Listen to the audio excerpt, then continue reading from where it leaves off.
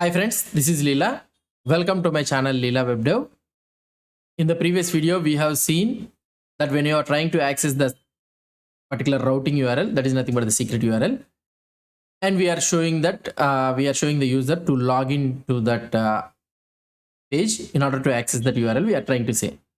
So now if the user has successfully entered the username and password, then how we can authenticate that one? Let's try to see. So here, this is our thing, right? So let's try to restart this node. And this is the code which we have written. And now here, let's go into this one. And here I am trying to refresh this page. So now we are able to access this page without any problem.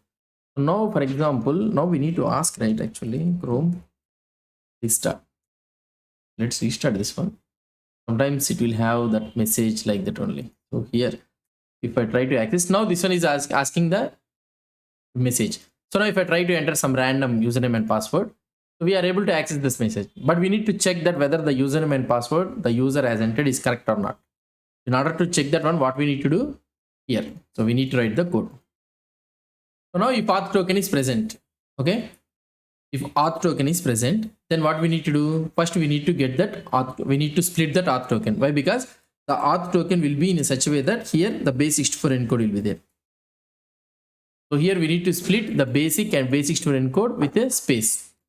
So here I can write something like let user credentials is equal to, or otherwise user details or anything. User details, the user credentials only can keep it.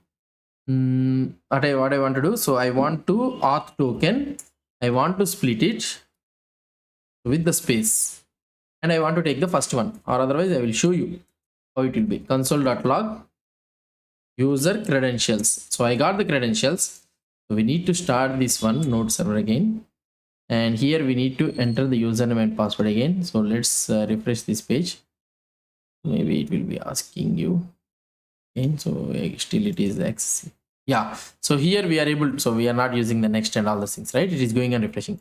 So here we are able to get the basic and also the base64 encode URL. So now here what I can do, the user credentials means it will be present in the first index. We got this one, but it is in the base64 code encoded. So now we need to decode it. How we can decode it? That one. So in our browser thing, we have a BTOA and ATOB like that we can, but here the window DOM API will not exist, right? So we have a buffer. Using that buffer, we can convert it. So here I can write something like let user details is equal to new buffer. So we got this one, right? We need to use the new buffer. Okay. Dot from. So we need to convert this user credentials, which is in the format base64, and we need to convert it into string again. So buffer, it is will be buffer, right? If you want, you can write UTF-8 format also, not a problem. So that's it. So we got the user details. Now let's try to see console.log user details. Let's see how it will look like. So user details, and we can remove this one. If you want, you can use the next so that it will stop refreshing, or otherwise it will be waiting on for this one. Now node index. Okay, let's start. Yeah, so here you'll be able to see that we are able to get this one ASDS colon ASDS like this. So we got the username and password, but now again we need to split it. So here I can write something like let username is equal to user details dot split of colon, I can write it, of 0, and the password is password is equal to user details dot split. Split means it will give you an array, so it will divide that one and of 1. So we got the username and password, and now what I need to do, let password is equal to, so we got the username and password. Now what I need to do is if username is equal to Leela and password is equal to Leela, if both are is equal to Leela, then what I need to do, then we can pass it next, or otherwise again we need to send the authenticate thing. So again we need to send the authenticate thing. So let's try to see this one whether we are able to achieve it or not. So here if I try to refresh this page, okay, so here we are having this one, all right. So now what I will try to do, Chrome restart, I will try to use this restart thing again, it will restart. Yeah, So now let's go into this one. And see here, this is asking this one. So now if I try to press and if I click on the sign in, so nothing is happening, but you will be getting is but nothing will happen here. Now if I try to refresh this page, okay, so we are able to get it. Now here, now what I need to check, okay, so let's start this one. So here auth token is not present, we are doing, and all those things we are doing it, right? Now what I need to do is, for example, we can write in such a scenario that, so we'll try to do, if auth token is present, then we'll try to do this one all. What is this one? This one all. If auth token is present, we'll try to do this one all. If it is not present, means we need to do this one all, right? So let's try to refactor this code. Then I will do. So in any scenarios, we need to do this one. If auth token is present, do this one, or otherwise do this one.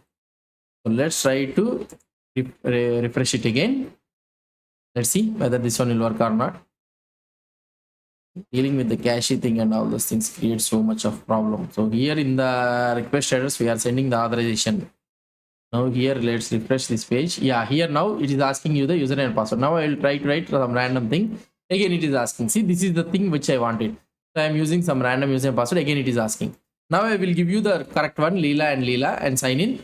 Now we are able to get the secret message. See, this is how by using the node server code, we can able to access this page. So this is how we will be writing.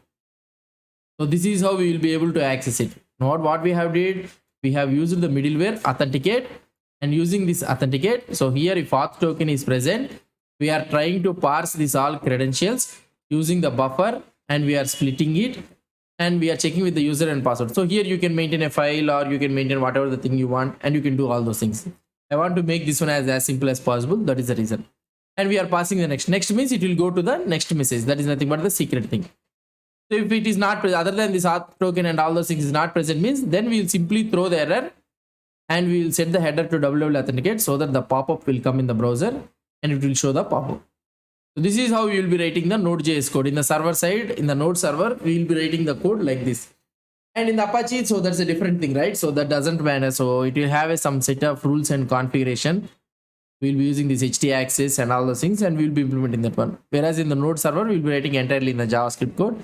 Because the Node.js itself is a server, we can start the server, and that is the reason. So we'll be writing the code. So I don't want to, I'm not writing the Ajax call and all those things for the Node.js code. Why? Because the same thing happens for how we have written for in the Apache series, how we have written that Ajax and all those things, FHA, API and XML HTTP request.